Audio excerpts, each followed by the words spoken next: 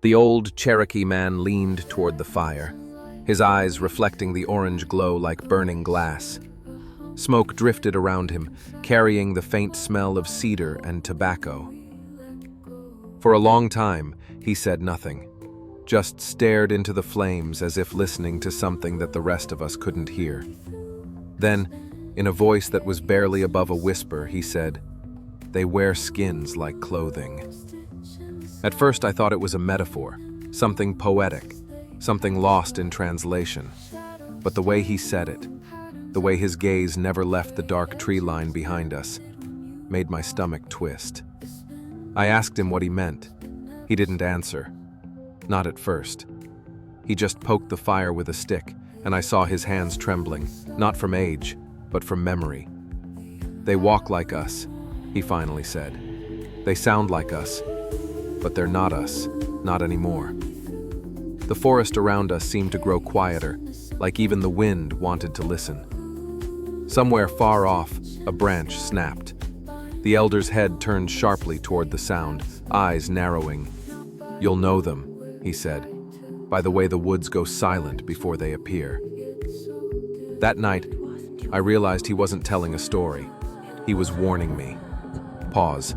Music fades to a low hum, dark, pulsing. But what exactly did he mean by, "They wear skins like clothing"? And what are these things that the Cherokee elders have whispered about for generations? The fire crackled softly in front of us, throwing long, restless shadows across the ground. Behind the elders' cabin, the Appalachian forest rose like a dark wall, an ocean of pines and black oak swaying in the night wind. Every sound carried weight out there. Every silence felt deliberate. He lived alone at the edge of the Qualla boundary, the heart of the Cherokee Nation in North Carolina. No streetlights, no hum of cars, just the rhythm of crickets and the low murmur of the river somewhere beyond the trees. The kind of place where time doesn't move the way it does everywhere else. The elder's name was Amos, 78, maybe 80, though his face looked carved from the same wood as the hills themselves, lined but strong. His hair was silver, braided down his back, and his eyes were that deep kind of brown that almost looks black in the firelight. He didn't talk much, and when he did, it was never about himself, only about what lived here long before us. He'd say things like, "The woods remember who belongs and who doesn't." And every time he said that, I'd catch him glancing at the darkness beyond the fire, like he expected something to answer back.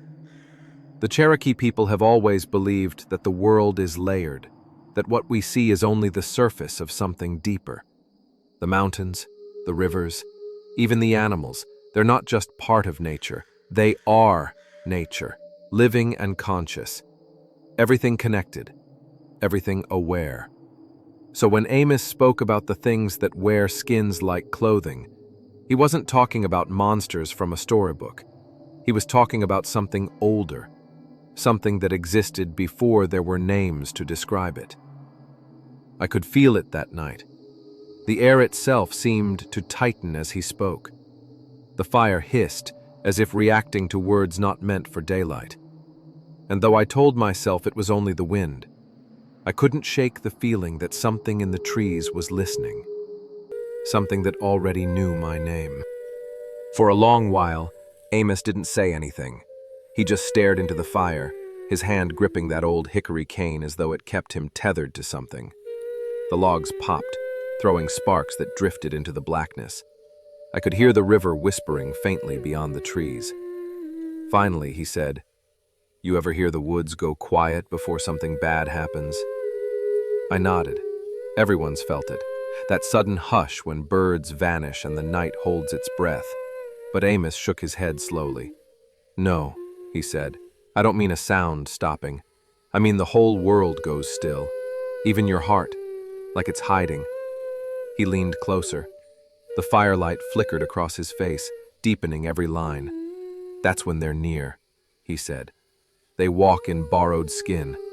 Maybe man, maybe animal. They move like us, but their eyes don't belong to what they wear." My skin crawled. I wanted to ask who they were, but the question felt wrong on my tongue, like saying it too loud might draw attention we didn't want. Amos answered anyway, his voice barely above a breath. We call them Ivwitsalagi, never named out loud. The old ones said they learned to walk between the world of flesh and spirit. They take what they need to cross, and sometimes that means a body. He looked past me into the woods, where the dark seemed to lean closer. You see one, you don't run, he said. You don't speak its name. You turn your eyes down and pray you're not what it wants. The wind picked up then, soft but steady, brushing through the trees like fingers through hair. The fire shuddered, its smoke blowing straight toward us. Amos didn't move. I've heard them at night, he said, almost to himself, breathing just outside the door, scraping their claws along the walls, testing the wood, like they're deciding if it's worth the effort. He paused. His face was calm, but his knuckles were white on the cane. If you ever hear that, he whispered, don't open the door. You'll see someone you know, but it won't be them. And in that moment, I realized this wasn't just a legend passed down for stories. Amos spoke with the certainty of a man who had once looked into the dark and seen it looking back. Long before any map called this land America, the Cherokee had their own names for these mountains, the Blue Mist Land, where the air and the spirit world overlap. To them, the forest wasn't just trees and earth. It was alive, aware, and full of beings that existed between what we can touch and what we can only feel. The Cherokee believed in many such beings. Some were protectors, like the Nunehi, the immortal people, spirits who could appear as men and women, helping travelers lost in the woods. Others were less forgiving, born from imbalance, anger, or broken taboos. Scholars like James Mooney, who documented Cherokee stories over a century ago, wrote that these shapeshifters were never described as monsters. They were reminders, symbols of what happens when humans forget their place in the order of things. When the bond between people and the land breaks, something else slips through to fill the space. Amos's words, "They wear skins like clothing," echo across these old teachings. In many Cherokee tales, there are spirits who can take the form of animals or even familiar faces. Some do it to guide or protect. Others do it to deceive. But here's where the line blurs. The Cherokee didn't see these transformations as impossible magic. They saw them as part of the same cycle that governs life and death. The body, they believed, was only a garment for the soul, a temporary shell. To wear skin was simply to inhabit form. So when Amos spoke those words, he wasn't inventing a ghost story. He was repeating an older truth, that something in this world, or just beyond it, has always known how to walk in our shape. Whether you call it spirit, warning, or curse, the belief survives because people still see things they can't explain.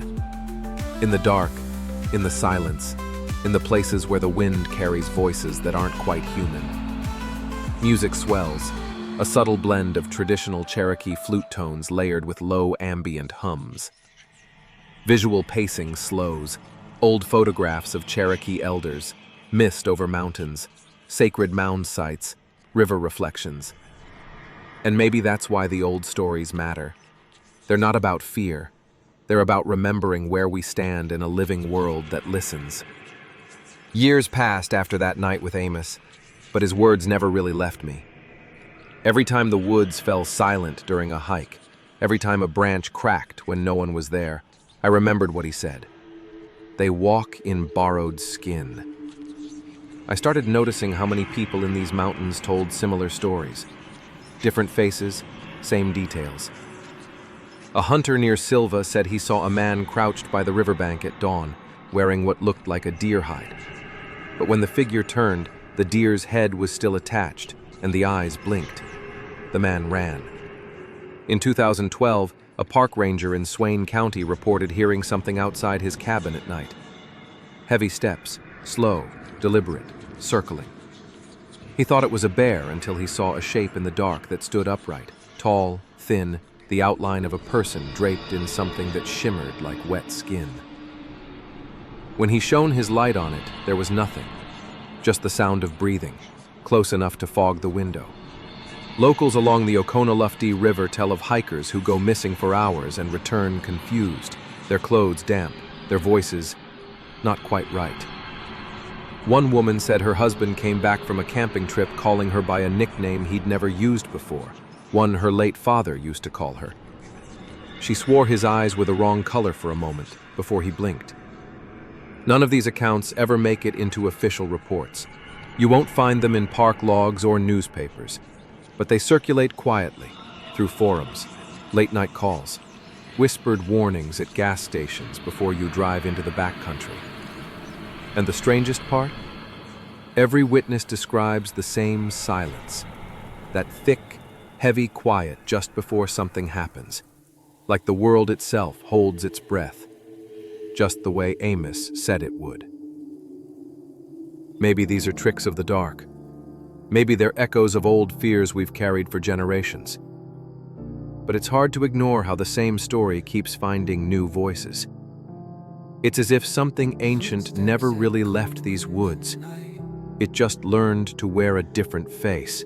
Some say these stories survive because people need to believe there's something beyond what science can measure. But maybe it's the other way around. Maybe science is the only language we have left to describe what the old ones already knew. Our brains are designed to find patterns, even in chaos. Psychologists call it pareidolia, the tendency to see faces in clouds or figures in the dark. It's the mind's way of staying alert, of protecting us. Thousands of years ago, that instinct kept us alive in the wilderness. But here's the strange part. When researchers study fear responses in isolated environments, deep forests, caves, long stretches of darkness, they find something consistent. The human mind begins to project. The longer we stare into the dark, the more it stares back in shapes we recognize. Yet, that doesn't explain the similarities. The people who claim to see them come from different towns, different lives, different generations. But they describe the same silence, the same eyes, the same borrowed faces. Anthropologists suggest that legends like these might form from cultural memory, events so traumatic or mysterious that they leave a mark not just in story, but in the collective psyche. Passed down, reshaped, carried like genetic code. Maybe the elders' warning was never meant as superstition. Maybe it was a way of teaching caution in a world that once demanded it, a lesson dressed in story, to keep children close to the fire after dark. But if that's true, why do the stories keep coming? Why do people still hear footsteps where no one walks, or see faces that don't belong to the body they wear? Science explains part of it. Fear explains another. But there's always something left, something that refuses to fit neatly into data or psychology. That sliver of possibility that keeps us looking over our shoulders when the woods fall silent. I went back to see Amos one last time the following spring. The forest looked different then. Green, alive, full of sound. But even in daylight, those woods never stopped feeling like they were watching. His cabin was the same. Smoke from his fire rose in thin threads against the blue sky. He sat outside, staring at the tree line with that same distant look. When I told him people were still talking about what he'd said, that they were seeing things in the woods, he smiled, just barely. "They've always been here," he said. "Only now, you listen." I asked him if they were dangerous, if these beings meant to harm anyone. He shook his head slowly. "Not unless you forget your place," he said. "The forest has rules. The ones who break them call things they can't put back." He reached into the ashes of the fire, pulled out a charred stick, and drew a circle in the dirt between us. "Everything lives inside this," he said. "Man, animal, spirit, all bound together. But some learned to step outside it. Those are the ones who wear skins that aren't their own." The wind shifted, carrying the smell of rain. Amos looked up at the clouds gathering above the ridge. "They're not evil," he said, his voice soft. They're reminders. They walk to see if we still remember who we are. For a moment, the forest seemed to fall completely still. No birds, no breeze. Just that heavy, listening quiet I'd come to know. Amos turned back to me and said the words I'll never forget. When you walk through their woods, don't act like you own them. Walk like you're borrowing them, because you are. He smiled once more, then went quiet. The fire hissed softly in the damp air, and the wind picked up again, as if the forest had been holding its breath. Long pause. The sound fades to faint rain and distant thunder. Then soft flute tones rise beneath the final lines. I never saw Amos again after that. Some say he moved deeper into the hills. Others say he passed not long after. But sometimes, when I hike those same trails and the woods suddenly go silent, I think about him. And I wonder if somewhere, just beyond what we can see, something old is still watching, wearing a skin that once belonged to us. Some stories aren't meant to be proven. They survive because they ask the right questions, not because they give easy answers. Maybe what Amos called those who wear skins aren't creatures at all, but echoes of something older. A reminder that we're never really alone in the places we claim to own. Every culture has them. Spirits, watchers, changers. Maybe they're all the same presence, seen through different eyes. Or maybe, when the forest goes silent, it's just the world remembering what it used to be before we stopped listening. Soft and low drum, building slightly as the words continue. If you've ever felt that silence, if you've ever sensed the woods watching you back, share your story in the comments. I read them all, and sometimes your stories lead to the next one we tell here. Music swells briefly, then steadies. This is MindFuel, where folklore meets truth, and where the voices of the past still whisper in the dark. Until next time, keep your fire burning and your ears open. The forest is listening.